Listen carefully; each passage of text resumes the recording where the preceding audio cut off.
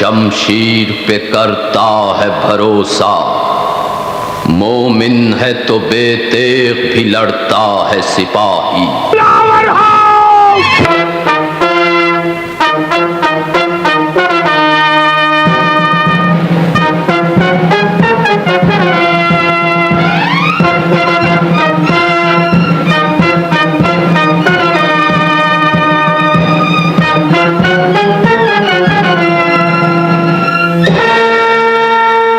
आज हमारी फतेह की पहली सालगिरह है। काश तुम्हारी वालदा जिंदा होती तो देखती कि मुसलमानों के जिस कस्बे को हमने 1 साल पहले फतेह किया था, वो आज पूरी तरह से हमारे कदमों में अपनी किस्मत का फल पा रहा है। आलम पनाह, अगर गौर से देखा जाए तो मुसलमानों ने अभी तक हजूर के आगे पूरी तरह से अपना सर नहीं झुकाया। इसका हल हमारे पास है। हमने सोचा है कि जब तक मुसलमानों से उनका खुदा नहीं छीन लिया जाता, उस वक्त तक ये कौम अपनी हट से बाज नहीं आएगी। जब तक इन्हें अपने खुदा का सहारा रहेगा, ये हमेशा तूफानों से उलझते रहेंगे। इन्हें दबाने की सिर्फ एक सूरत है कि इनसे इनका खुदा छीन लिया जाए। आलम पनाह को यकीन है कि ऐसा हो सकेगा? हम कस्बे के मुसलमानों से मिलकर ये साबित कर देंगे कि हमने जो कुछ सोचा है वो हो भी सकता है। महफिल रक्स सरूद के बाद दरबार में चंद ऐसे मुसलमानों को पेश किया जाए जो हमारे हुजूर अपने कौम की नुमाइंदगी कर सके।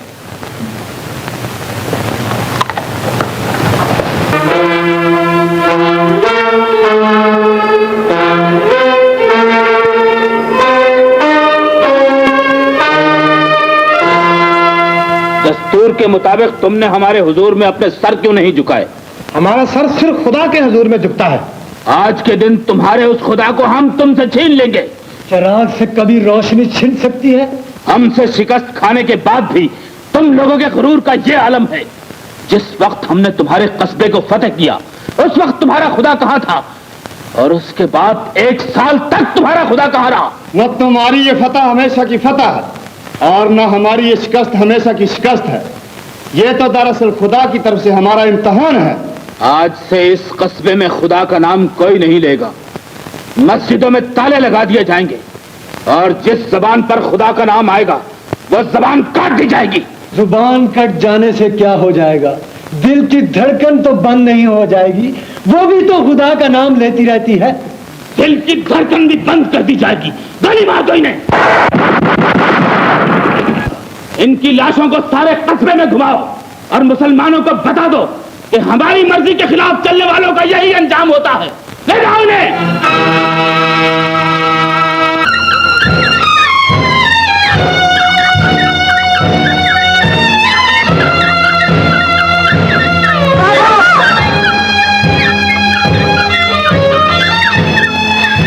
ये रोने का मौका नहीं मेरे बच्चा। तुम्हारे बाबा की इससे बड़ी खुश नसीबी और क्या होगी। उन्होंने अल्लाह की राह में जान दी है। हमान की तरफ से ऐलान कर दिया गया है, कोई मुसलमान मस्जिद में नहीं जाएगा और ना ही आजान दी जाएगी। जाने अल्लाह ने ऐसी सूरत क्यों पैदा कर दी। अल्लाह बख्शे अहमद के बाबा को कहा करते थे, हर मुसीबत अल्लाह की तरफ से अपने बंदों का इम्तिहान लेने के लिए आती है। मगर सवाल तो ये है कि ये वक्त आजान का वक्त है और इस वक्त अल्लाह का नाम लिया जाता था, मगर आज हर तरफ मौत की खामोशी तारी है और मुसलमान जगह जगह सहमे हुए नजर आ रहे हैं। कोई मोमिन ऐसा नहीं जो मौत के इस सकूत को तोड़ सके। मैं माजूर ना होता तो इस फर्ज को खुद पूरा करता।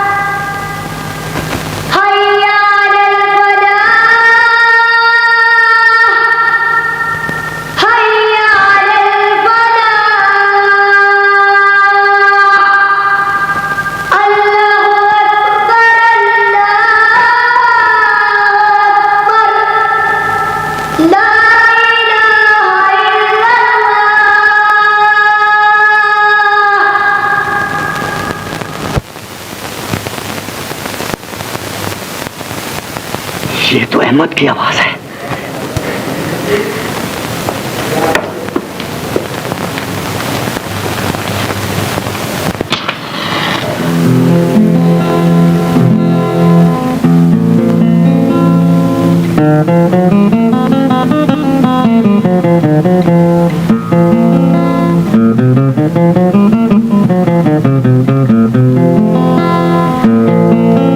अल्हम्दुलिल्लाह, मेरा चिराग तो रोशन हो गया।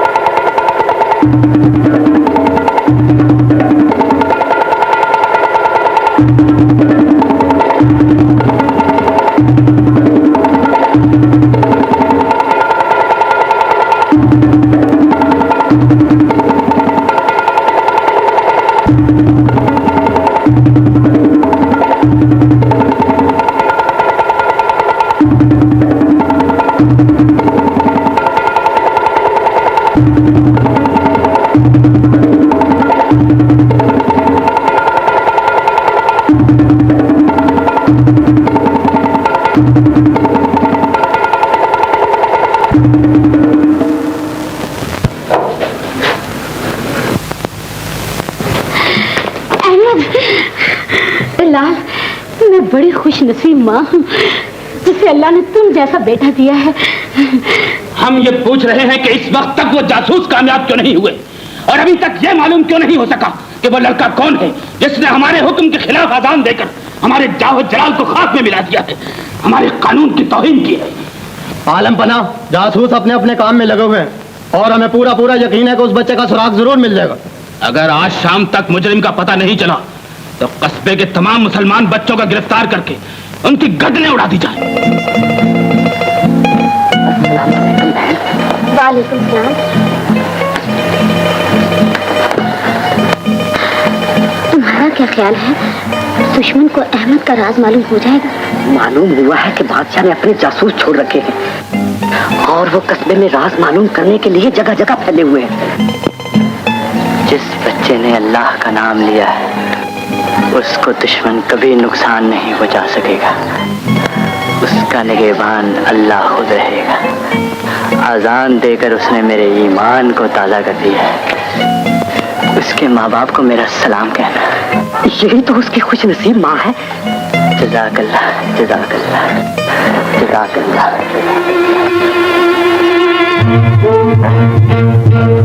मैंने इस आदमी को कस्बे में कभी नहीं देखा। ये कौन था? कोई अजनबी मालूम होता है।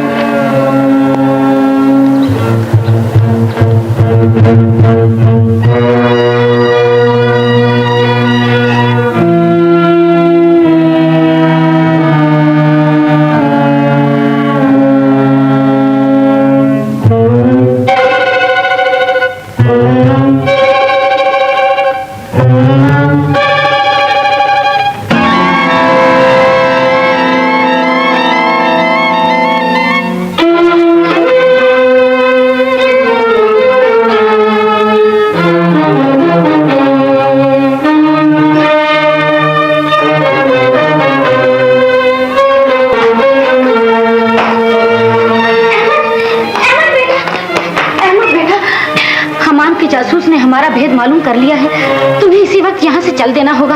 तुम कुछ दिन के लिए जंगल में जाकर छुप जाओ, फिर उसके बाद जो अल्लाह को मंजूर होगा देख लेंगे। जल्दी करो बेटा, ये सब छोड़ दो। मगर मैं तुम लोगों को अकेला छोड़कर कैसे जा सकता हूँ माँ? बेटा तुम्हें इसी वक्त जाना होगा, चलो जल्दी करो।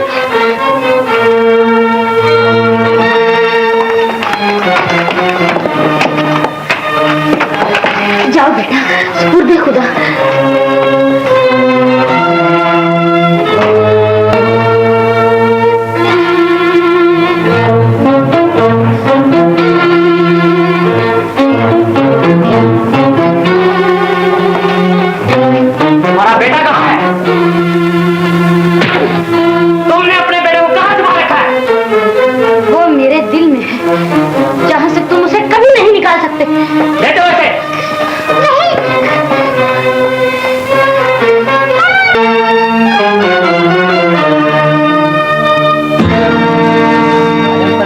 ये औरत अहमद की माँ है, जिसने अलीजा के हुक्म के खिलाफ अजान दी थी। इसने अपने बेटे को कहीं छुपा रखा है और उसका पता बताने से इनकार कर रही है। कस्बे में जगह जगह ऐलान कर दो कि अहमद की माँ गिरफ्तार कर ली गई है, और अगर अहमद अपनी माँ की जिंदगी चाहता है तो अपने आप को हमारे हवाले कर दे। मुसलमानों को अभी तक हमान की सियासत का अंदाजा नहीं होगा। जाओ उन्हें तस्वीर का ये रुख भी दिखा दो, और जब तक मुजरिम ना आ जाए इस जलील औरत को कैद खाने में सड़ने दो। जाओ।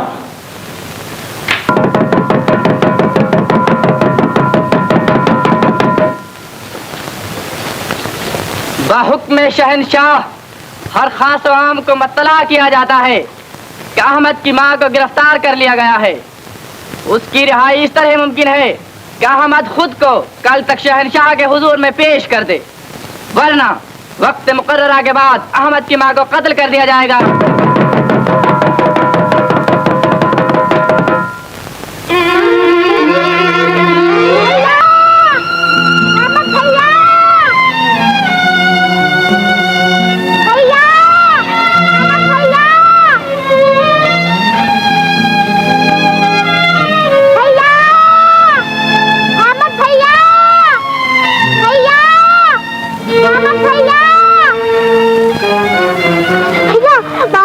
पकड़ लिया है। अगर तुमने खुदकुश के हवाले न किया, माँ को मार डालेगा। माँ को मार डालेगा?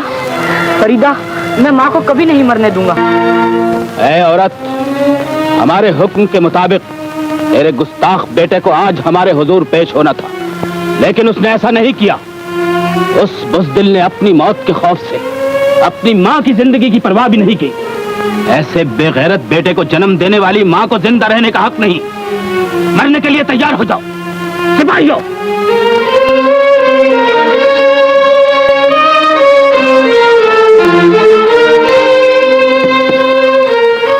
काफिर शहनशाह, ये मजलूम औरत मेरी माँ है। तुमने जो सॉरी माँ से किया था, मैं उसकी कीमत अदा करने आया हूँ। तुम मुझे गिरफ्तार कर लो, मेरी माँ को रिहा कर दो। तुम अहमद हो, तुम हो वो मुजरिम जिसने हमारी हुक्म अदूली की जुर्रत की। गिरफ्तार कर लो इसे। ओ जालिम हुक्मरान, ताकत के नशे में अंधा न बन। इसे सजा देने से पहले इस बात का यकीन तो कर ले, ये लड़का मेरा बेटा है। मैं तुझे कहती हूँ ये मेरा बेटा नहीं है। मेरी माँ मुझे बचाने के लिए अपनी जान कुर्बान करना चाहती है। मैं सच कहता हूँ, मेरा नाम अहमद है और मैं ही इसका बेटा हूँ। और मैं ये कहती हूँ ये मेरा बेटा नहीं है। मैंने इससे पहले इसे कभी नहीं देखा। मेरा बेटा तो उस खुदाए वाहिद के अमान में है। हम कुछ नहीं जानते, गिरफ्तार कर लो इसे। इसे छोड़ दो, ये झूठा है। मेरा नाम अहमद है। ये भी गलत कहता, मैं वो लड़का हूँ जिसने अजान दी थी। तुम इस औरत के बेटे हो, तुम भी अहमद हो, और तुम कहते हो कि तुम वो गुस्ताख लड़के हो जिसने हमारे हुक्म की खिलाफ वर्जी करते हुए अजान दी। सच बताओ, तुम में से अहमद कौन है? तुम बताओ इनमें से अहमद कौन है? तुम जरूर अहमद को पहचानते होगे। बताओ इनमें से मुजरिम कौन है? तुम सब खामोश हो और तुम सब जानते हो कि इनमें से अहमद कौन है। हम तुम्हारी बस्ती को आग लगा देंगे, तुम्हें तबाह और बर्बाद कर देंगे। इसका बेटा नहीं, ये मेरी माँ है। ये मेरी माँ है।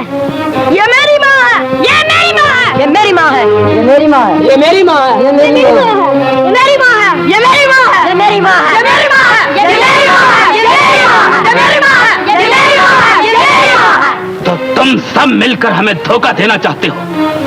तुम हमारे गैज़ और गज़ब से वाकिफ नहीं हो। हम तुम्हें इस जुर्म की सख्त सजा देंगे। तुम्हारे साथ हम सबकी इस मां को भी गोली का निशाना बना देंगे। मुसलमानों, तुम्हें ये जिद बहुत महंगी पड़ेगी। इन सबको कतार में खड़ा कर दो और गोली मार दो। इनकी बत्ती जलाकर राख कर दो ताकि खुदा का नाम लेने वालों का निशान तक बाकी न रहे। आलम पना, बंदे की दरख्वास्त है कि अली जाए इस वक्त गुस्से की बजाय सियासत से काम ले। अगर हम इन सबको मार डालें तो फिर हुकूमत किस पर करेंगे? हमारी खिदमत कौन करेगा? खेती बाड़ी कौन करेगा? हमारी हुकूमत के लिए मजलूम रिया का होना जरूरी है। सिपाही रुक जाओ। तुम ठीक कहते हो सालार। अगर हम इन्हें खत्म कर देंगे तो हुकूमत किस पर करेंगे? ठोकर किसे लगाएंगे? ये गुर्बत और मुसीबत के अंधेरों में जिंदा रहेंगे और हम इनकी मेहनत का फल खाएंगे। मुसलमानों, हम तुम्हें जिंदा रहने की सजा देते हैं।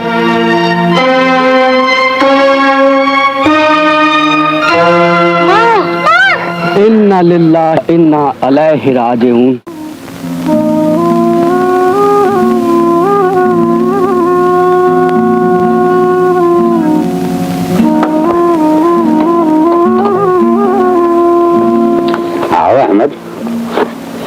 को तुम्हारा ही इंतजार था।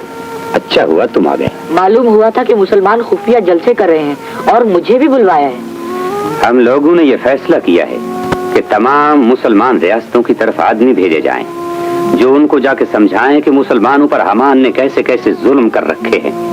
इस काम के लिए तुमको भी जाना होगा। मुझे मंजूर है। हम जानते हैं कि तुम पक्के मुसलमान हो और अपने वतन के लोगों के लिए जो काम तुमको सौंपा जाएगा तुम जरूर करोगे। मुझे कहाँ जाना होगा?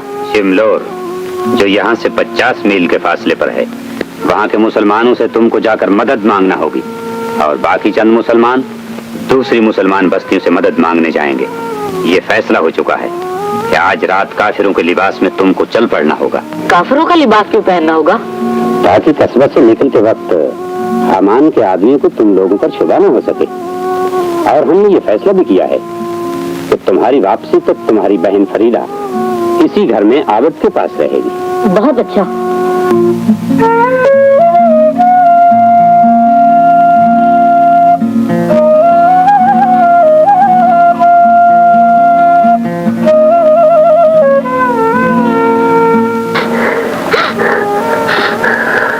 तू क्यों रो रही है फरीदा? अहमद चला गया तो बहुत ही अच्छा हुआ। अल्लाह जाने वो कब आएगा। तुझे एक बात बताऊं, कस्बे का मुसलमानों ने अहमद को जानबूझ के भेजा है। क्यों? वो कह रहे थे कि अहमद का पीछे बादशाह के जासूस लगे हुए हैं, हो सकता है कि वो पकड़ा जाए, इसलिए अहमद को बचाने के लिए कस्बे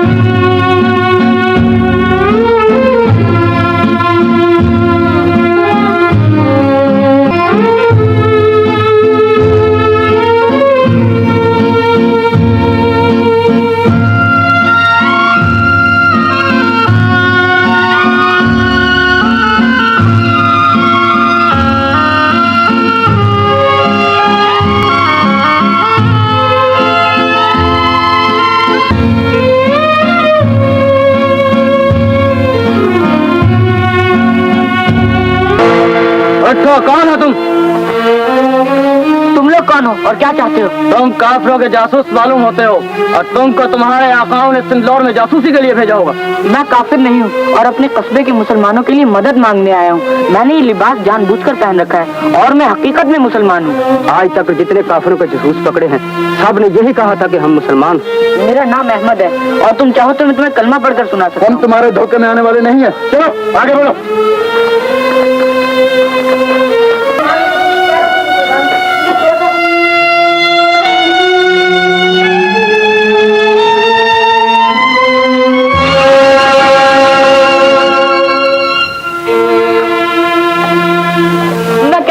मुसलमान हूँ और अपने कस्बे के मुसलमानों की तरफ से मदद मांगने आया हूँ। मेरा नाम अहमद है और मैं जासूस नहीं हूँ। मैं जासूस नहीं हूँ। तुम बच्चे हो इसीलिए तुमको सिर्फ कैद की सजा मिली है, वरना दस्तूर के मुताबिक हर जासूस की गर्दन उड़ाई जाती है।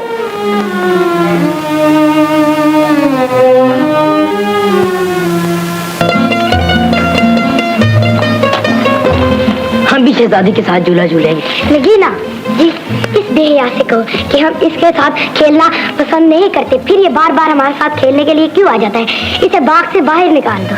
चल छोकरे, भाग यहाँ से। देखो नगीना, तुम बड़े लोगों की बातों में दखल ना दो। वो शहजादी हैं और मैं सालारे फौज का साहबजादा हूँ। बड़ा है सालारे फौज का साहबजादा, भाग यहाँ से।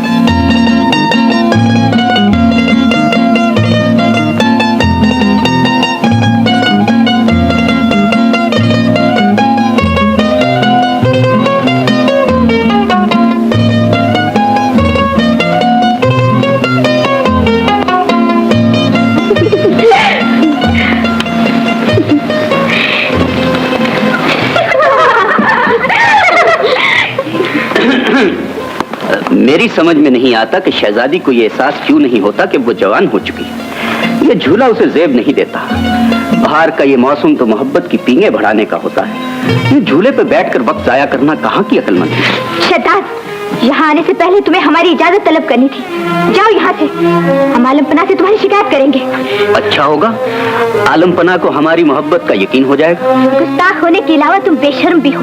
इतनी बार धुतकारे जाने के बाद भी किस तरह ठीक बनकर यहाँ आ जाते हो। मेरे ख्याल में मोहब्बत में अदब लाजिम है। गालियों से माहौल की खुशगवारी में फर्क आ जाता है। और हमारे ख्याल में इस वक्त तुम्हारी मौजूदगी ही माहौल को ना खुशगवार बनाने के लिए काफी है। राहिला, आज तुम्हें फैसला करना ही होगा। हम फैसला कर चुके हैं। हम अब्बा हुजूर से बात करेंगे। हमें बताने की जरूरत नहीं, हमें तुम्हारा फैसला मंजूर है। शद्दाद से अच्छा दामाद हमें कहीं नहीं मिल सकता। अब्बा हुजूर, मेरा मतलब ये नहीं था। मैं अर्ज करना चाहती थी कि शर्माने की जरूरत नहीं बेटी, हम तुम्हारी शादी की तैयारी के अहकामात शादी कर चुके हैं। आज से 1 माह बाद तुम्हारी और शद्दाद की शादी शाही जाहो जलाल के साथ की जाएगी। शद्दाद, ऐलान कर दो कि हर खास व आम को शादी में शरीक होने की दावत दी जाती है। शादी की रस्म के वक्त 101 मुसलमान बच्चों की कुर्बानी दी जाएगी। ये जुल्म है आलिजा। सिर्फ एक रस्म अदा करने के लिए हम इतनी मासूम जानों को जाया करते। ये कहाँ की इंसानियत है। हमने इसी गरज से मुसलमानों को जिंदगी की भीख दी हुई है ताकि उनके बच्चों के खून से अपने देवताओं की प्यास बुझा सके। देवताओं की प्यास अगर खूनी से बुझती है तो उन्हें जानवरों का खून दिया जा सकता है। उन्हीं देवताओं के वास्ते मासूम बच्चों की कुर्बानी का हुक्म वापस ले लीजिए। आलिजा, मैं ये शादी नहीं करूंगी। मुझे शद्दाद से कोई लगाव नहीं है। तुम अभी नादान हो बेटी। तुम्हारे लिए शौहर के इंतखाब में हमने बिल्कुल गलती नहीं की। शद्दाद हमारे वफादार सिपहसालार का वफादार बेटा है और जिसे तुम जुल्म कहती हो वो हमारी इबादत है। हमारे देवताओं को मुसलमान बच्चों का खून बहुत पसंद है। आओ शद्दाद।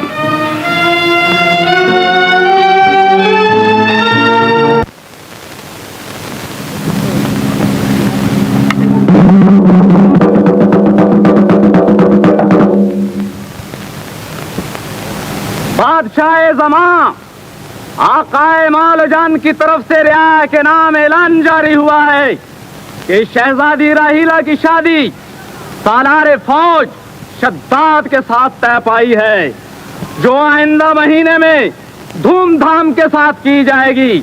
और इस मौका पर दस्तूर शाही के मुताबिक 101 दूध पीते बच्चों की कुर्बानी दी जाएगी।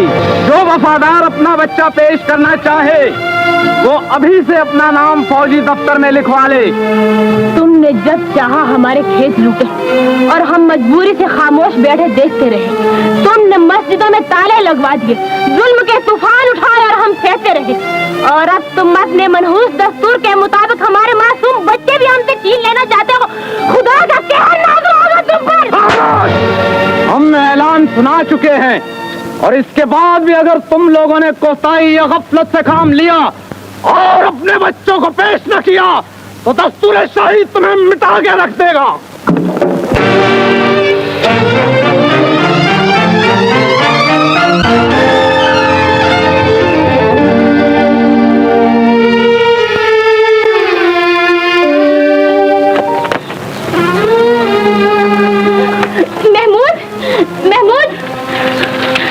क्या शोर मचा रखा है? मुसलमान औरतों ने अपने बच्चे छुपा लिए हैं और एक तुम हो कि इसकी हिफाजत भी नहीं कर सकते। अगर हमान का कोई आदमी देख लेता तो क्या होता? मुसीबत से छूट जाते और क्या होता। जहाँ अपनी जिंदगी गुजारनी मुश्किल हो गई वहाँ इन बच्चों की हिफाजत कौन करे। लेकिन तुम अब तक कहाँ थी और अपने साथ इन औरतों को कहाँ से ले आई हो? ये तुम्हारे जैसे उन मुसलमानों की बीवियां हैं जो हमान के खिलाफ बगावत करने के बजाय घरों में छुप गए हैं। इधर आओ और अपनी आंखों से देखो। ये वो माए हैं जो अपने बच्चों के मुस्तकबिल के लिए अपने घर तो क्या हर चीज छोड़ने पर तैयार है। मैंने इन्हें शिमलोर चलने का मशवरा दिया है और खुद भी इसी इरादे से आई हूँ कि अगर तुम साथ चलने पर रजामंद न हुए तो मैं अपने बच्चों को साथ लेके अकेले इनके साथ चली जाऊंगी। बच्चे का तुमने बहाना बना रखा है। साफ क्यों नहीं कहती कि 15 साल से पीछे मिलना चाहती हो? तुम गलत समझे हो महमूद। मैं जो भी समझाऊं उसे छोड़ो, लेकिन ये न भूलो एक औरत अपने खावन के घर में रहकर अपने भाई को तलाश नहीं किया करती। मैं तो कहती हूँ कि तुम भी मेरे साथ चलो। रोटी से तो मोहताज हूँ, अब तुम चाहती हो मैं अपना वतन भी छोड़ दूं? मैं तुम्हारी बातों में नहीं आऊंगा फरीदा। तुम ज्यादा से ज्यादा ये कर सकती हो, इन औरतों के हाथ अपने भाई को पैगाम भिजवा दो कि तुम मुसीबत में हो। जिसे खाविंद मुसीबत से नहीं निकाल सकता, उसके लिए भाई क्या कर सकता है? तुम जाओ बहनों, और अगर कहीं शिमलोर में अहमद भैया का पता चले तो सिर्फ इतना कह देना कि तुम्हारी बहन जिंदा है और एक मुर्दा दिल खाविंद के साए में जिंदगी गुजार रही है।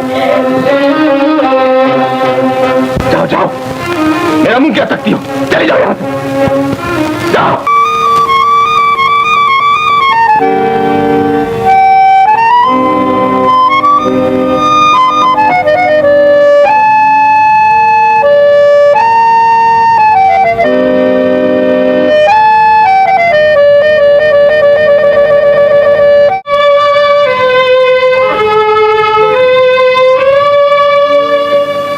हामान की सल्तनत से चंद मुसलमान औरतें आई हैं और सरदार की खिदमत में पेश होकर पनाह की दरख्वास्त करना चाहती हैं। हम उनसे जरूर मिलेंगे।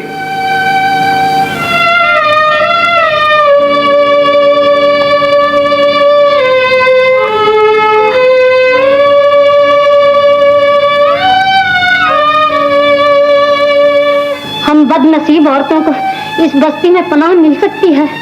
बस्ती के मुसलमान इस बात को वैसे फख्र समझेंगे, लेकिन बतौर हमदर्दी हम ये जरूर पूछेंगे कि आप लोगों का दुख क्या है।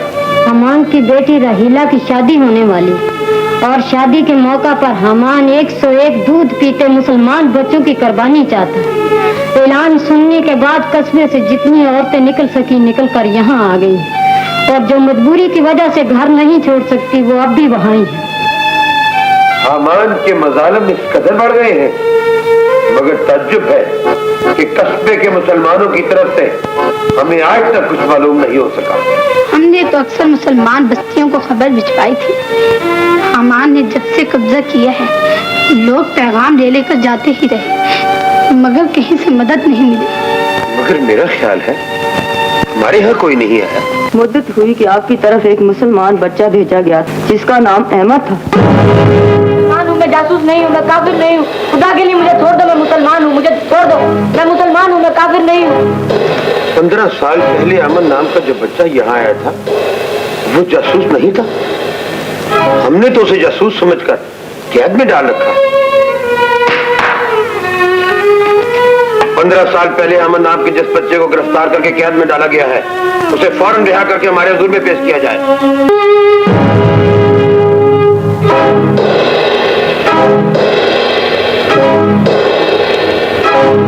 अहमद, अहमद, अहमद।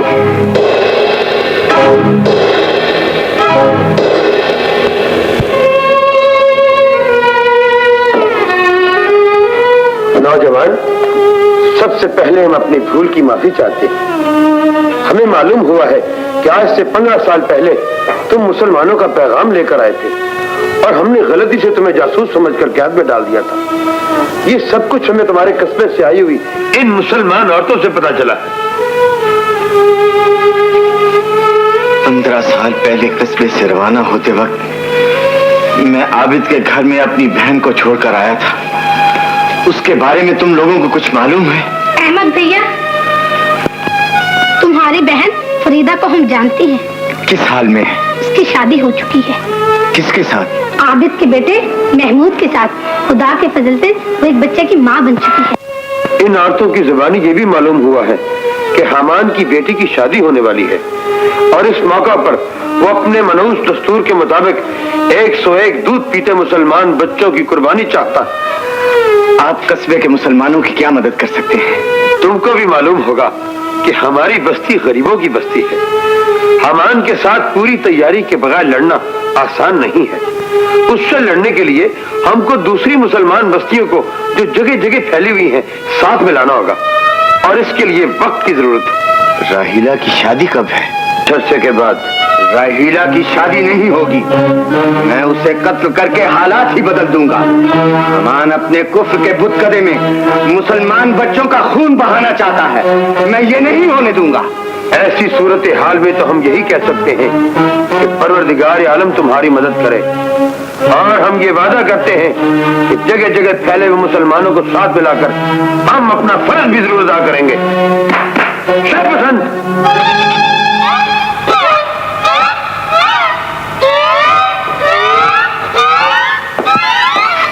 क्या हुक्म है अलीजा? तुमको अहमद के साथ जाना होगा और बवक्त जरूरत हर कदम पर इनकी मदद करनी होगी।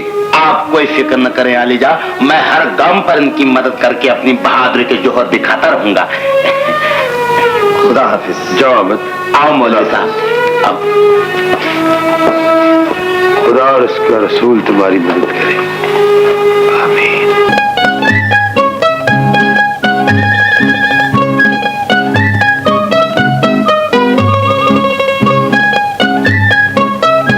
राहिला को कत्ल करने के लिए महल में जाने की कोई तरकीब सोची है तूने?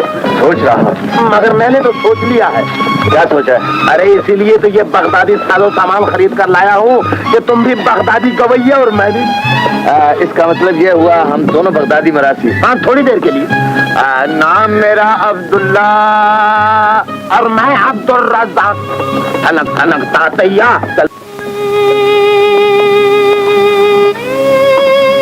आलम पना, हमारे शाहसवारों ने हर तरफ ढूंढा, जंगल और बियाबानों का कोना कोना छान मारा, लेकिन शहजादी का कोई सुराग नहीं मिल सका। शद्दाद, तुमको मालूम है राहिला ने महल क्यों छोड़ा? ये मेरी बदनसीबी है कि मुझे इसका कोई इल्म नहीं आका है मोहतरम। उसके फरार होने की वजह तुम हो। उसने खत में लिखा है कि वह तुमसे शादी नहीं करना चाहती, इसलिए कि वह तुमसे नफरत करती है। उनकी नफरत भी आलम पना मेरी खुशनसीबी की दलील है। तुम्हारी इसी वफादारी की वजह से हमने शहजादी की शादी तुमसे तय की थी।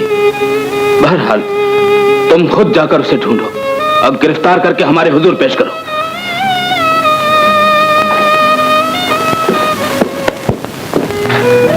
नगीना, कहो शहजादी। मेरे ख्याल से ये जगह कुछ ठीक मालूम होती है, क्योंकि अब्बा हुजूर के इलाके से बाहर है। हमें यही कयाम करना चाहिए।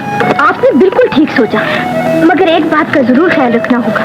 वो क्या? अगर कोई पूछे कि हम कौन हैं, तो कहना कि हम तुर्किस्तानी रकासा हैं और सहरा में तूफान आ जाने की वजह से अपने काफिले से जुदा हो गए। समझ गई ना? बिल्कुल। और तुम्हारा नाम नजीना और हमारा नाम क्या होना चाहिए? हसीना। बिल्कुल ठीक है, मेरा नाम नगीना और आपका नाम हसीना। वाह वाह।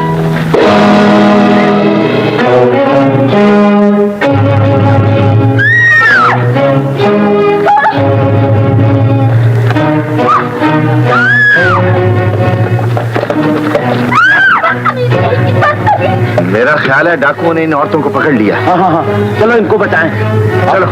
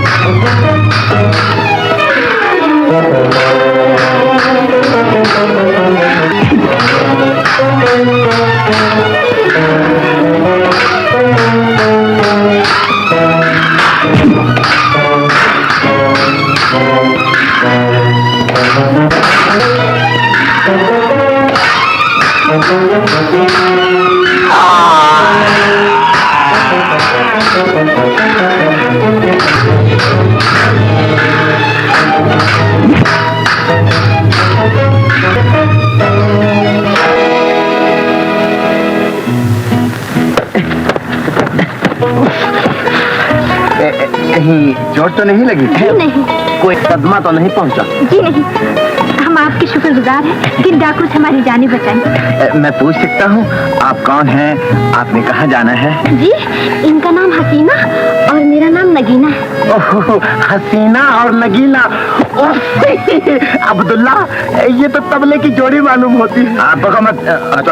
अच्छा, हम दोनों बगदाद के सबसे बड़े गवैये हैं, अब्दुल रज़ाक और अब्दुल्ला। यहाँ क्या करने आए थे? हम सैलानी लोग हैं, इंशाल्लाह बहुत जल्द दुनिया की सैर करेगा। मेरा ख्याल है दिन ढल रहा है और जंगल बड़ा खतरनाक है, हमें फौरन कोई रिहाइश की जगह तलाश कर लेनी चाहिए। अगर हमें जगह मिल गई तो हम भी आपकी बगदादी मौसीकी सुनेंगे। आइए नहीं। चुप हो जा मेरे लाल, मैं क्या करूं? तू ही बता, मैं तेरे लिए दूध कहाँ से लाऊं? अब तो दूध देने वाले ने भी उधार देने से इनकार कर दिया है। दूध वाले ने उधार देना बंद नहीं किया फरीदा, बल्कि उस खुदा ने हम पर कहर नाजिल किया।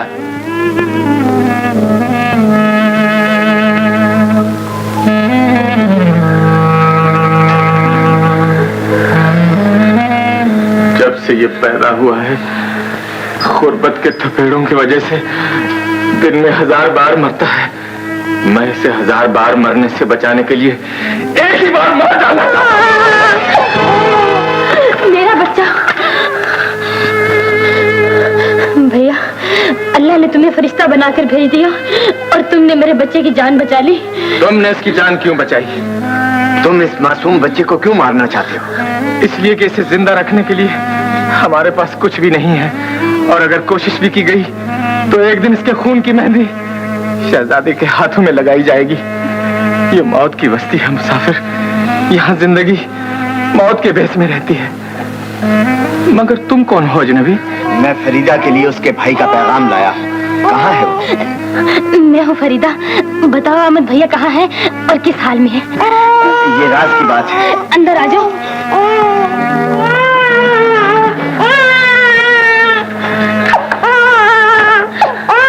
अब बताओ ना।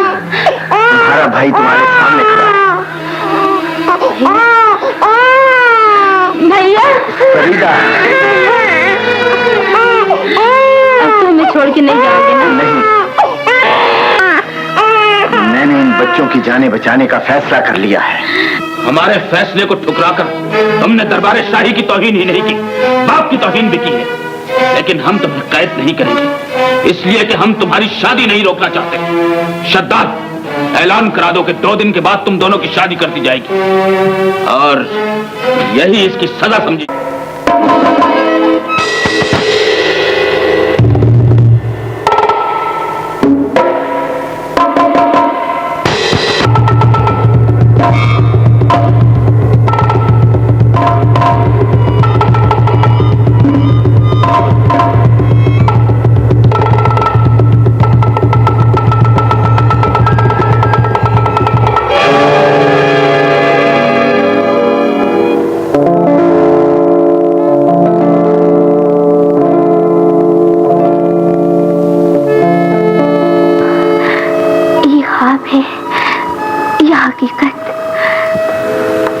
मैं तुमको यहाँ पाकर खुद हैरान हूँ। ये क्या भेद है? तुम यहाँ क्या कर रही हो? मैंने तुमसे वादा किया था कि दिन रात तुम्हारा इंतजार करूंगी। इस वक्त भी मैं तुम्हारी ही मोहब्बत का ख्वाब देख रही थी। मगर ये तो शहजादी की ख्वाबगाह है, और तुम्हारा यहाँ होना कुछ समझ में नहीं आया। मेरी भी समझ में नहीं आया कि बगदाद का फनकार और शहजादी की ख्वाबगाह में तुम झूठ क्यों बोलते हो? साफ क्यों नहीं कहते कि तुम शहजादी से प्यार करते हो? नहीं, मैं उसे कत्ल करने आया हूँ। क्यों? इसलिए कि वो एक दिन दुल्हन बनेगी और उसकी मांग सिंदूर की बजाय मुसलमान बच्चों के खून से भरी जाएगी, और मैं वो वक्त कभी नहीं आने दूंगा। वो वक्त कभी नहीं आएगा। वो अपनी जान देकर भी बच्चों की जिंदगियां बचा लेगी। तुम कैसे जानती हो? मैं बहुत अच्छी तरह से जानती हूँ। वो इसी वजह से महलों को छोड़कर जंगलों में भाग गई थी, मगर तकदीर ने उसका साथ नहीं दिया। शद्दाद उसे गिरफ्तार करके वापस ले आया अब वो इस चार दीवारी में कैदी की हैसियत से है। अगर वो इतनी अच्छी है तो मुझे उससे मिला दो ताकि कौम की तरफ से उसका शुक्रिया अदा कर सकूं। कहाँ है वो? तुम्हारे सामने खड़ी है। तुम? हाँ, अगर आज रात तुम ना आते तो मैंने खुदकुशी कर ली होती। तुम कितनी अजीम हो। अगर मासूम बच्चों की जिंदगी बचानी है तो मुझे साथ ले चलो। चलो। गिरफ्तार कर लेते। चलो।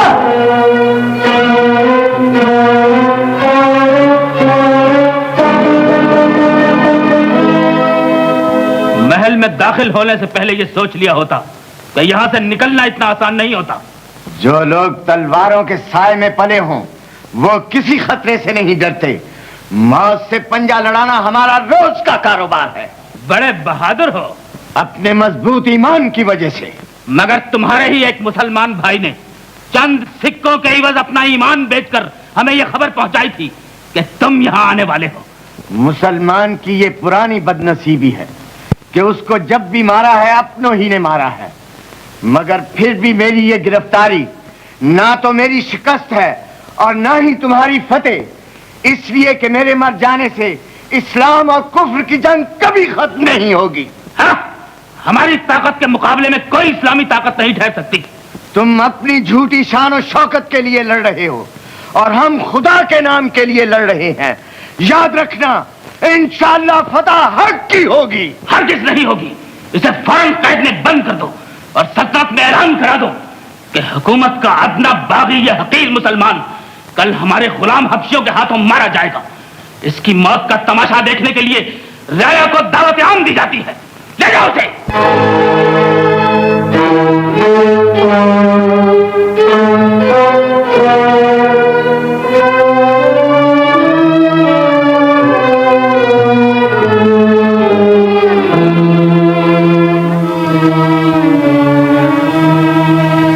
तुमने एक मुसलमान से मोहब्बत करके हमारे शाही गुरूर को शर्मिंदा कर दिया। मुनासिब तो यही था कि हम तुम्हें सजाए मौत देते, मगर हमारे ख्याल में इससे खौफनाक सजा तुम्हारे सामने तुम्हारे मुसलमान महबूब की मौत का तमाशा होगा। अपनी आंखों को इस तमाशे के लिए तैयार कर लो। कल के दिन तुम्हारी नापाक मोहब्बत हमेशा के लिए दफन कर दी जाएगी। बड़ी देर हो गई, अब तो शहजादी मर भी चुकी होगी, मगर अहमद अभी तक क्या कर रहा है? अहमद भैया, तुम आ गए? तुम्हारे कपड़े कहाँ गए? जनाबे वाला, अब आप भी तशरीफ ले चलिए। अस्सलाम वालेकुम।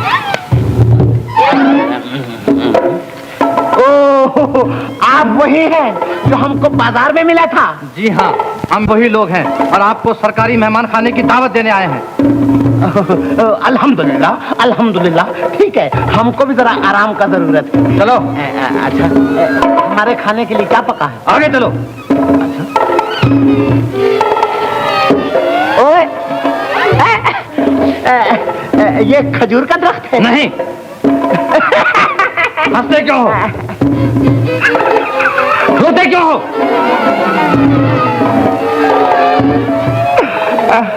बखुदा, आपकी ये कलगे देखकर मुझे अपना मरहूम मुर्गा याद आ गया।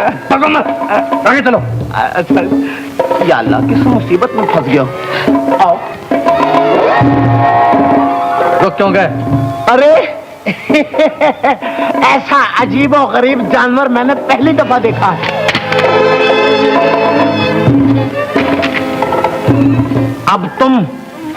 अब हम तुमको ये बोलता है कि शाही मेहमान खाना किधर को है? माफ कर दो, गुलामी लिखवा लो, मगर मारो नहीं। इधर आओ, मेरे करीब आओ। अच्छा, हम तुमको माफ करता है, मगर हमको गाना सुनाओ। गाना नहीं आता। क्यों नहीं आता? नहीं आता। तो फिर रो का सिखाओ। और जोर से, और जोर से, और जोर से चीख मारो। बस, हम मुसलमान लोग बहुत रहमदिल हैं। जब तुमने बोला हमको माफ कर दो, हम तुमको कभी नहीं मारेगा, मगर हम तुम लोगों की भाग जरूर देखेगा, हम ये तमाशा जरूर देखेगा, क्योंकि जब तुम भगोड़ा लोग भागता है ना तो हमारे दिल को बड़ा मजा आता है। आका दिखाओ, इधर नहीं, उधर वापस आओ, इधर खड़े हो जाओ, इधर करीब। अब तुम इसको मारो, आओ गौर से। भाई तुमने क्यों मारा? तुम इसको फिर मारो। अब तुम मारो इसको, इसको हुक्म दो कि तुझे मारे। मुझे मारो। हाँ शाबाश शाबाश। हाँ अब जरा घूमो, घूमो, ठीक है। भागो, उल्टबाजियां लगाओ, लेट जाओ, वापस आ जाओ। अल्लाह को यही मंजूर था तेरे मुजाहिद भैया की किस्मत में शहादत लिखी होगी, इसलिए सालों बाद से यहाँ ना पड़ा।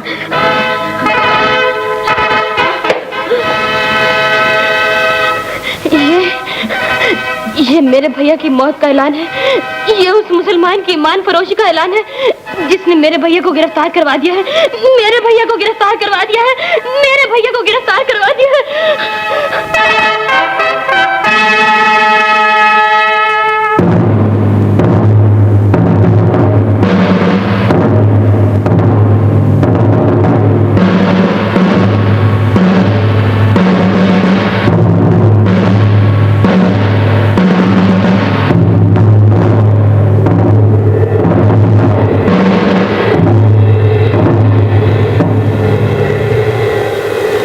अहमद, हमने तुमसे कहा था कि हमारे हकीर गुलाम तुम्हें मौत के घाट उतारेंगे। हम अपने वादे पर कायम हैं। इस तरह आइंदा तुम्हारी बागी कौम को भी सर उठाने की जरूरत न होगी। मौत का पुरलुत्फ खेल शुरू किया जाए।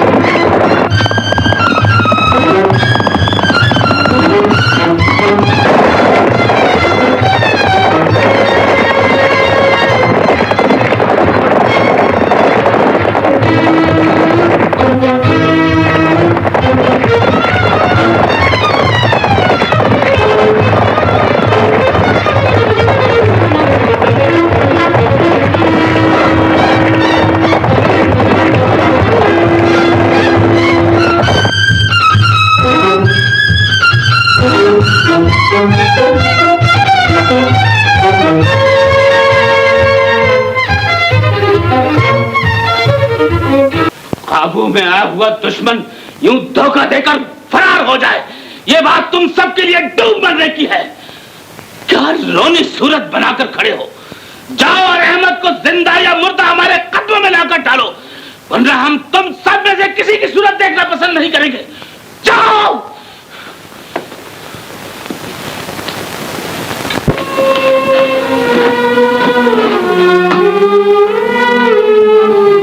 आलिजा, उसको गिरफ्तार करने के लिए नाचीज अपनी खिदमत पेश करता है। उसके गिरफ्तारी के लिए तुम क्यों कर जा सकते हो? कल के दिन तो तुम्हारी शादी होने वाली है। आलिजा, फिलहाल इस शादी को रोक दिया जाए तो बेहतर होगा। सबब? आमद सिर्फ दरबार शाही का ही मुजरिम नहीं, मेरा रकीब भी है।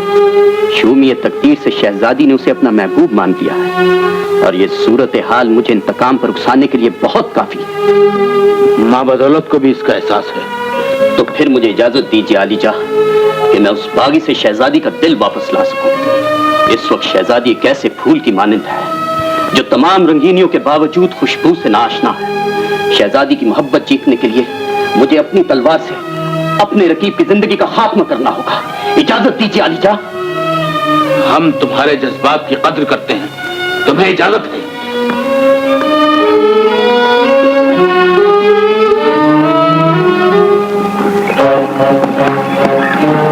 भैया, फरीदा, भैया, अल्लाह का एहसान है भैया जो तुम बच गए। लेकिन अगर किसी ने देख लिया और खबर पहुंचा दी तो क्या होगा? क्या होगा?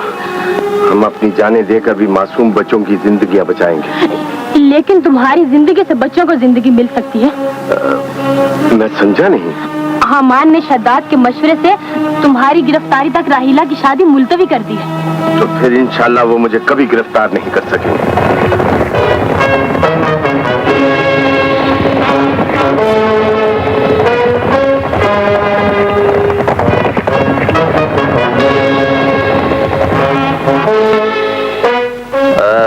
फरीदा किसका नाम है? फरीदा मेरा नाम है। तुम अहमद की बहन हो? हाँ, मैं ही उसकी बहन हूँ। और एक बच्चे की माँ भी हो?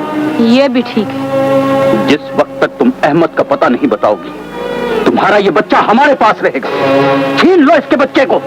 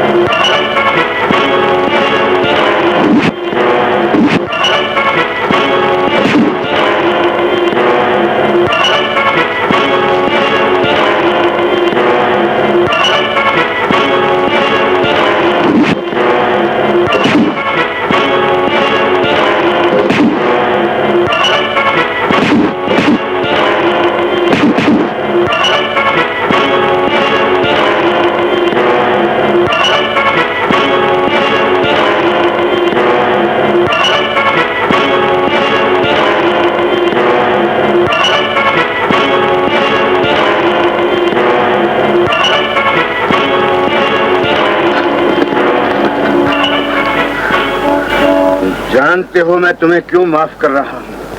सिर्फ इसलिए कि राहिला की वजह से तुम मेरे रकीब बन चुके हो। अगर मैंने तुम्हें मार दिया तो हो सकता है जमाना ये समझ बैठे कि अहमद ने जाती दुश्मनी की वजह से शद्दाद को मार दिया। अब तुम जा सकते हो। खामोश! अम्मान ने अगर हमारे पर पूरी ताकत से हमला कर दिया तो हमारा क्या होगा? हम उसका किस तरह मुकाबला करेंगे? लड़ाइयाँ ताकत से नहीं, ईमान से लड़ी जाती है। मैं तुम लोगों से यही बात कहने आया था कि जैसा भी हो दुश्मन के मुकाबले के लिए तैयार हो जाओ। मगर असला कहां से आएगा? दुश्मन का असला छीन कर उसी पर इस्तेमाल किया जाएगा। बोलो तैयार हो? तैयार। आज रात असले खाने पर छापा मारने के लिए तैयार। आलिजा, तमाम रियाया उस बागी के साथ मिल गई है। मुझे उनका सख्त मुकाबला करना पड़ा। बहुतों को मैंने मौत के घाट उतार दिया। आखिर मुझे पसपा होना पड़ा ताकि और कुमक लेकर उस बागी को गिरफ्तार कर सकूं। इसी वक्त जाओ और फौज का बड़ा दस्ता लेकर उसे गिरफ्तार करो। मगर आलिजा, रियाया उसे गिरफ्तार नहीं होने देगी और हमारा मुकाबला करेगी। इसलिए फौजी कार्रवाई के साथ साथ हमें कुछ सियासी चाल भी चलनी चाहिए। उसी सूरत में ये बगावत दब सकती है। आलम पना, हमारा मुसलमान जासूस बारियाबी की इजाजत चाहता है। पेश करो।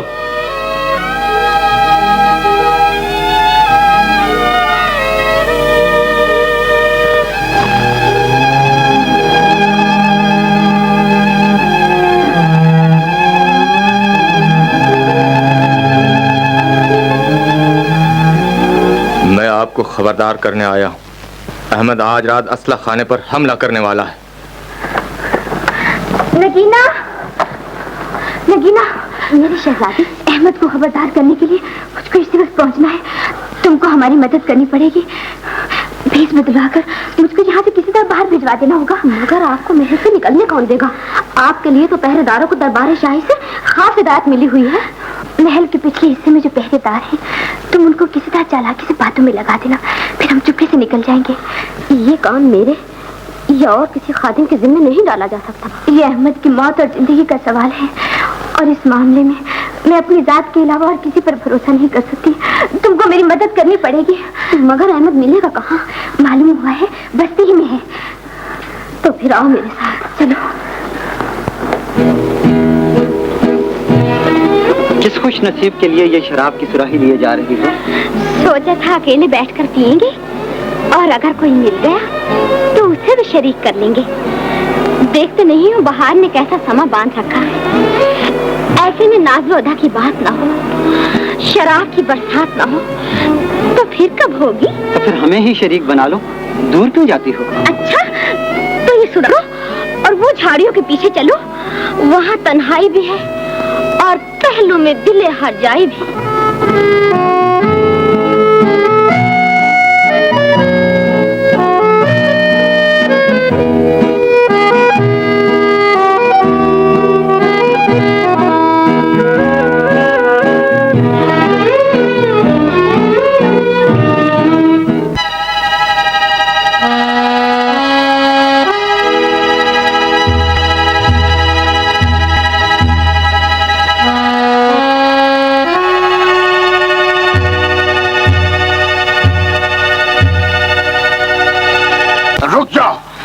चालाक कहीं की, नकाब लगाकर तुम मुझे धोखा नहीं दे सकती। भाइयों, ये चोर है, ये मेरा सब कुछ चुरा कर ले आई है। चलो मेरे साथ। छोड़ दो मुझे, छोड़ दो मुझे। तुम क्या चाहते हो? मैं तुम्हें शहंशाह के पास ले जाना चाहता हूँ। तुम कौन हो मुझे शहंशाह के पास ले जाने वाली? मैं शहंशाह का वफादार जासूस हूँ। मैं एक नाचने वाली हूँ। झूठ बोलती हो। मैं जानता हूँ तुम बागी अहमद से मिलने आई हो। तुम्हें मेरे साथ जाना होगा। मैं किसी अहमद को नहीं जानती। मुझ पर तरस खाओ, मैं तुम्हारे पाँव पड़ती हूँ। मुझे जाने दो। नहीं, तुम्हें जाना होगा। छोड़ दो मुझे, छोड़। कैसे नहीं तो? शजन साहबा, आप और इस रूप में हमको रुसवा करके तुम्हें क्या मिला? हमसे मोहब्बत करके तुम्हें क्या मिला? अहमद, अहमद, इतनी देर तक मुझे तरसाते क्यों रहे? हमने तरसाया, तुमने तड़पाया। तुम भी कसूरवार, हम भी कसूरवार। बादशाह को खबर मिल गई है कि तुम रात के असला खाने पर हमला करने वाले हो। मैं तुम्हें इसलिए ढूंढने निकली थी और यही बात बताने आई थी। अब तुम क्या करोगे अहमद? मैं तुम्हारा बहुत शुक्रगुजार हूँ राहिला। तुमने अपनी जिंदगी खतरे में डालकर हमको खबरदार कर दिया। समझ में नहीं आता तुम्हारे एहसान का बदला कैसे उतारूंगा। एहसान तो तुमने किया है अहमद, जो मुझे अपनी मोहब्बत के काबिल समझा है। कौन है वो? यही है वो आदमी जिसने असला खाने पर तुम्हारे हमले की खबर पहुंचाई थी।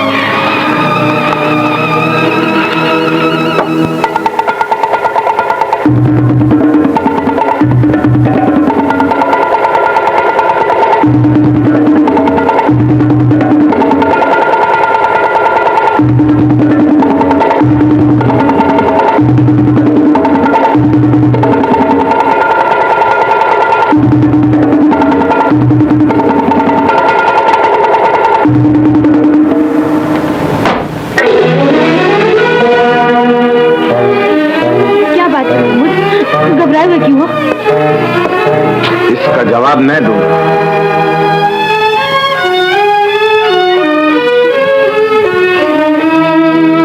फरीदा, अगर तुम्हारा दिल जिंदगी का सबसे बड़ा गम सह सके तो मैं तुमको महमूद के बारे में कुछ कहूं? क्या इसने मेरी मोहब्बत और खलूस से कोई धोखा किया है? इसने तुमको बेचा है, इसने मुझे बेचा है। इस बदबख्त इंसान ने चंद हकीर सिक्कों के लिए पूरी कौम को बेच दिया है। ये हमान की जासूसी करता है। महमूद, इसने हमान को ये खबर भी पहुंचा दी है कि हम आज रात असला खाने पर हमला करने वाले हैं। मैंने ये जरूर किया है, मगर क्यों किया है इसका जवाब तुमको मेरे घर की वीरानी से मांगना होगा। इसका जवाब तुमको मेरे घर में फैले हुए गुर्बत के अंधेरों से तलब करना होगा। गरीबी के दुख सिर्फ तुमने नहीं उठाए महमूद, कस्बे का हर मुसलमान बदहाल है।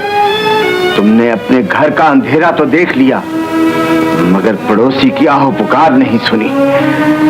तेरे दिल ने खुदगर्जी की राह पर कदम रखकर आज ऐसी सूरत पैदा कर दी है कि हम अपनी बदनसीबी पर रोना भी चाहें तो रो नहीं सकते। मुझे अफसोस है कि मेरी नेक बहन को तुम्हारी बीवी होने की बदनसीबी हासिल है।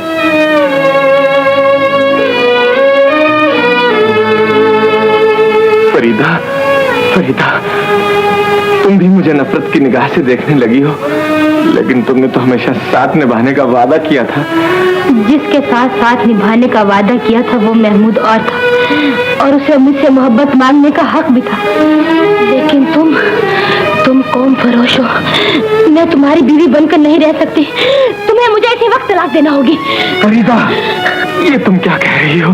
हाँ, अगर तुमने मुझे तलाक ना दी तो फिर मैं अपनी दीवानगी से काम लूंगी और तुझ जैसे बेईमान कौम फरोश और गद्दार की बीवी कहलाने से मौत को बेहतर समझूंगी। फरीदा, गुर्बत से इस कदर तंग आ गए थे तो मुझे मार दिया होता, इस बच्चे को दफना दिया होता, लेकिन अपने वतन और कौम की इज्जत का सौदा तो किया होता। चुप हो जा फरीदा, चुप हो जा।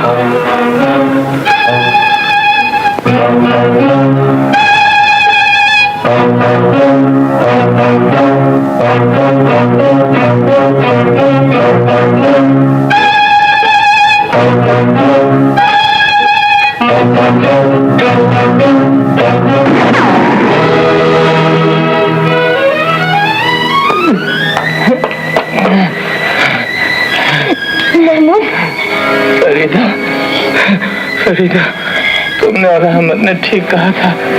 मैं गद्दार था, मैं खुदगर्ज था, मैं कौम फरोश था, इसलिए मुझे जिंदा रहने का कोई हक नहीं।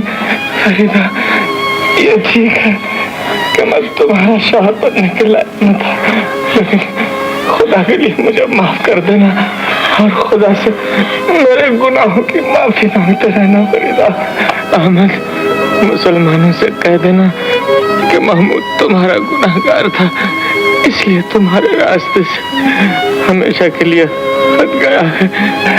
अब मेरा मनहूस साया तुम लोगों पर कभी नहीं पड़ेगा, कभी नहीं पड़ेगा।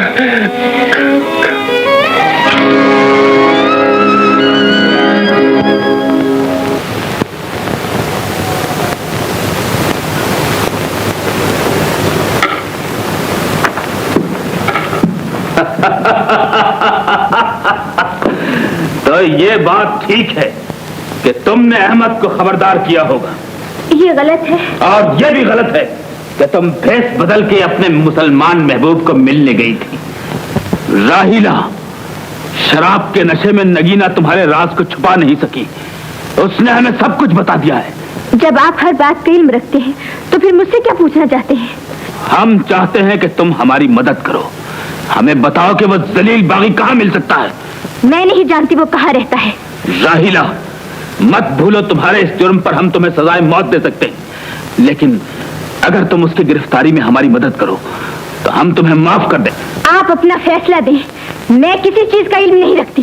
राहिला, तुम ये राज नहीं बताओगी और मौत कबूल कर लोगी? अहमद की जिंदगी पर मुझ जैसी लाखों जाने कुर्बान। राहिला, ठीक कहती हूँ, अहमद जिंदा रहेगा। वो जुल्म के खिलाफ बगावत का आलम लेकर उठा है। उसकी जिंदगी अवाम की बका है। तुम उसे नहीं मार सकते, तुम उसे गिरफ्तार भी नहीं कर सकते। खामोश! उसके साथ हम क्या करेंगे ये तुम्हारे सोचने की बात नहीं। सिपाहियों, गिरफ्तार कर लो इसे।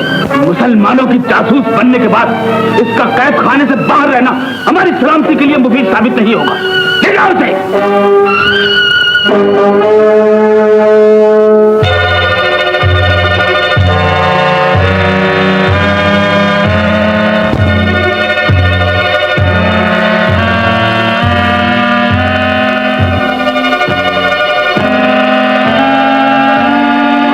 के बावजूद इस वक्त तक हमको कामयाबी नहीं हो सकी, मगर अंदाजा यही हुआ है कि अहमद इसी कस्बे में है और बगावत की आग भड़काता चला जा रहा है।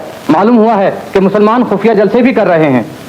जो आग हमारे खिलाफ उगलते हैं, हम उस आग को उन्हीं के खिलाफ इस्तेमाल करेंगे। शद्दाद, हम ये जानना चाहते हैं कि गोदामों में शाही खानदान और फौजों के लिए खुराक का जो जखीरा मौजूद है वो कितने अरसे चल सकता है? 2 साल तक काम आ सकता है। अगर नई फसलों को आग लगा दी जाए तो तुम्हारे बयान के लिहाज से हुक्मरान तबके पर तो कोई असर नहीं पड़ेगा। हुक्मरान तबका बड़े इत्मीनान के साथ 2 साल तक मौजूदा जखीरे से काम ले सकता है। तो फिर मां बदौलत का फैसला है कि मुसलमानों के खेतों को आग लगा दो। जहां जहां पर उनके खुराक के जखीरे हैं उन्हें जलाकर राख कर दो। जब उनके बच्चे बिलक बिलक कर और तड़प तड़प कर उनकी आंखों के सामने भूखों मरने लगेंगे तब बगावत की आग खुद ब खुद दब जाएगी। शद्दाद की आलीजा, तो जाओ और मुसलमानों पर बिजली बनकर टूट पड़ो।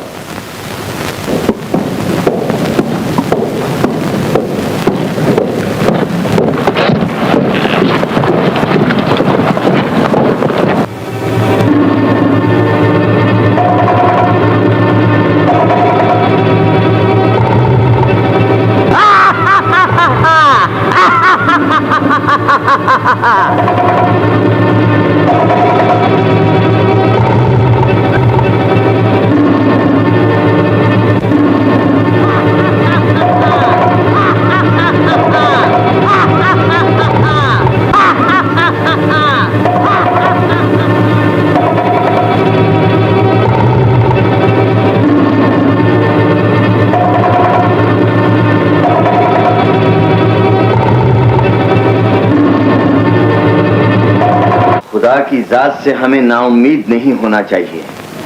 हर तबाही किसी आबादी का पैगाम लेकर आती है। रात के अंधेरे में ही उम्मीद के सितारे जगमगाते हैं। फिर भी ये सवाल तो पूछा ही जा सकता है कि हम कब तक मिटते रहेंगे। ये तबाही और मौत का तूफान आखिर हमारे सरों पर कब तक मंडलाता रहेगा? इंशाअल्लाह सब ठीक हो जाएगा। मैंने शह पसंद के हाथ जो पैगाम भेजा है वो उसके सरदार तक पहुंच चुका होगा। अल्लाह जरूर बेहतरी की राह निकालेगा। मगर आज तक तो उन बस्तियों से कोई मदद नहीं आई, और अब भी ना आई तो क्या होगा? अल्लाह के सिपाहियों का ईमान पुख्ता होता है। वो शक और शुबा से काम नहीं लिया करते।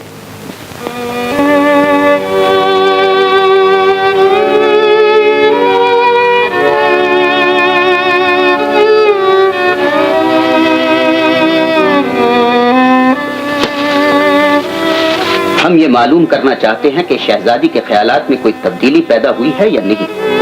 शहजादी को ये तो मालूम हो गया होगा कि हमने बगावत को कुचलने के लिए मुसलमानों पर भूख और फाके की बलाएं नाज़िल कर दी और साथ साथ सियासत से काम लेकर अपने जासूसों को इस्लामी लिबास पहनाकर उनमें फूट डालने का काम भी शुरू कर दिया। मुसलमान खुद अहमद के खिलाफ होकर उसे देंगे। चिराग खुद जलकर अपने घर को राख कर देगा। मुसलमान मुसलमान पर टूट पड़ेगा। दरिया की लहरें आपस में टकराती ही रहती हैं शहजाद, मगर इसके बावजूद दरिया दरिया ही रहता है। उसकी रवानी और जोश में कभी फर्क नहीं आता। कैद खाने की सख्तियों के बावजूद शहजादी के ख्यालात बदले हुए नजर नहीं आते। आग में ढलकर तो लोहे को मुलायम हो जाना चाहिए। आग में ढलने के बाद ही तो लोहा तलवार का काम करता है। शहजादी को ये जिद छोड़ना पड़ेगी, अपनी राह बदलनी पड़ेगी। अपनी हद से आगे ना बढ़ो, मेरा हाथ छोड़ दो। तुम मेरी बीवी बनने वाली हो और तुम्हें मुझसे मोहब्बत करनी होगी और हमेशा नफरत ही करती रहूंगी। तो फिर मैं भी तुम्हारी मोहब्बत के ख्वाब को पूरा ना होने दूंगा। ना तुम अहमद को हासिल कर सकोगी, ना अहमद तुम्हें हासिल कर सकेगा।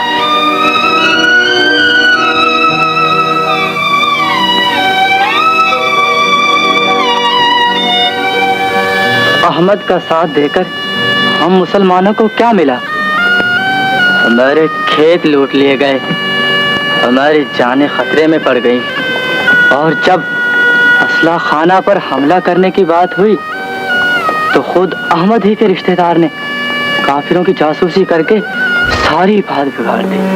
अहमद के दिल में इस्लाम और मुसलमानों की इतनी ही मोहब्बत थी तो वो 15 साल तक खामोश क्यों बैठा रहा?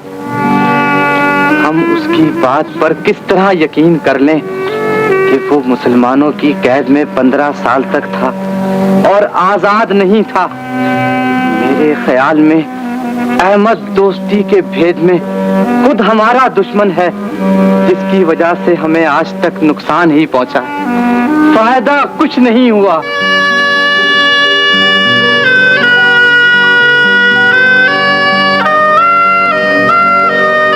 घर को जलाकर राख कर देगा और हर मुसलमान से टकरा जाएगा।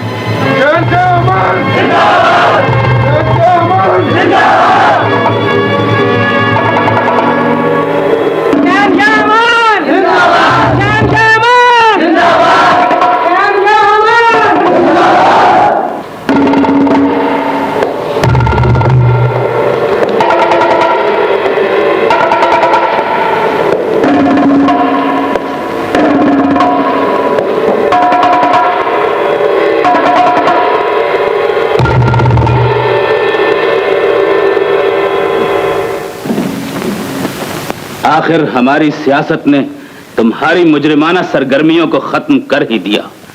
जिस कौम को तुम हमारे खिलाफ बगावत पर आमादा करते रहे थे, तुम्हारी उसी अपनी कौम ने आज तुम्हें गिरफ्तार करके हमारे हुजूर पेश कर दिया।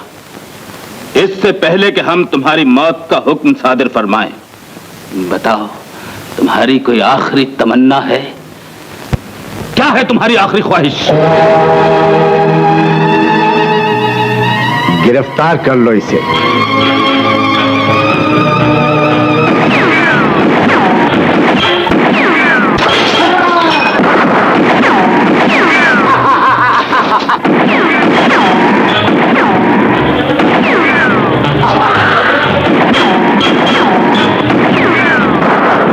धोखेबाज, रोक जाओ! मेरी फौजें एक एक बागी को ढूंढकर खत्म करेंगी, हम सबको मरवा देंगे।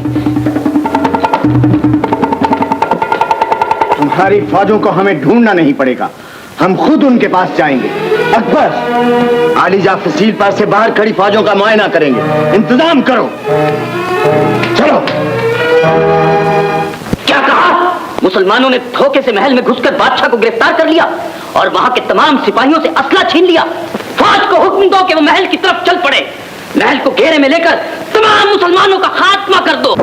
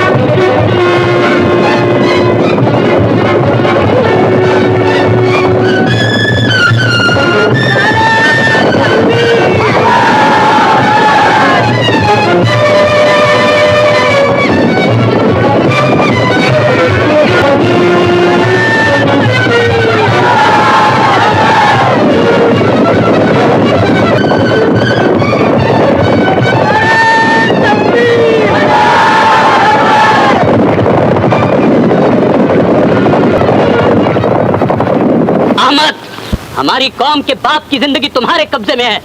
तुम्हें आजादी चाहिए और हमें हमारे बादशाह की जिंदगी चाहिए। बोलो, ये सौदा मंजूर है? मुसलमान सौदेबाजी नहीं किया करते।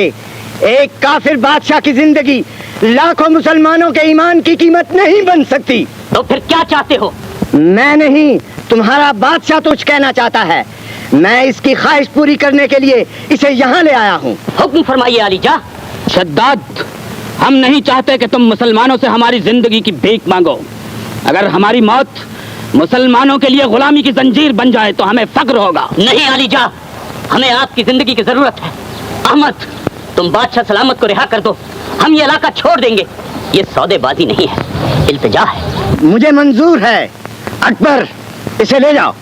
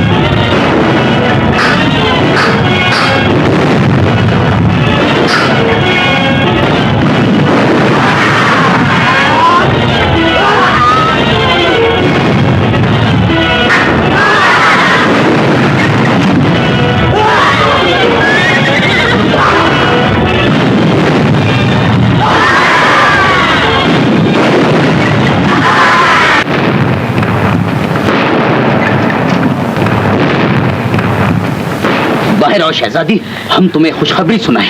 मुसलमानों ने हमला कर दिया है। इससे बड़ी खुशखबरी और क्या हो सकती है? तोप की गोलों की आवाज सुन रही हो तो ये भी सुन लो, अहमद गिरफ्तार हो चुका। ये झूठ है और ये सच है कि आज हम अपने अरमान पूरे करेंगे। भागो मत। रुक जाओ शहजादी, भागना चाहोगी तो मौत की तेजी से ज्यादा ना भाग सकोगी। लेकिन आज तुम्हारी हर ख्वाहिश तुम्हारे साथ ही दम तोड़ देगी।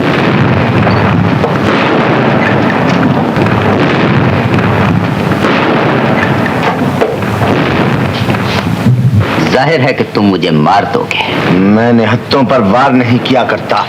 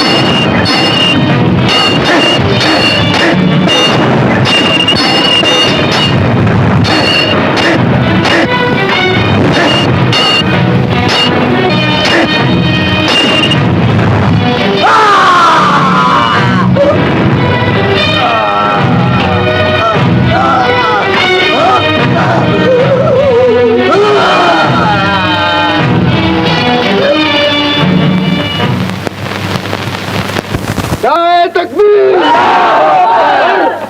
फतेह मुबारक हो अहमद। फतेह मुबारक। ए अमीर, ये सादत अल्लाह के करम और आपके तावन से हासिल हुई है। अहमद, तुम पर खुदाई बरकतें हो। तुम जैसे दलेर जवान ही कौमों की क़यादत करते हैं। हमारा मशवरा है कि आज से सियासत की बागडोर तुम संभालो। तुम जैसा सरफरोश ही ताज तख्त का सही हकदार हो सकता है। मैं एक हकीर इंसान हूँ, इतनी बड़ी जिम्मेदारी का बोझ नहीं उठा सकता। इनके सारी बहादुरों का सेवा है और कौम की खिदमत उनका फर्ज। इस वक्त रियासत के अवाम को तुम्हारी जरूरत है और तुम्हारा इनकार उन्हें मायूस कर देगा। आज से ताज और तख्त के वारिस तुम हो। नारे तकबीर! नारे तकबीर!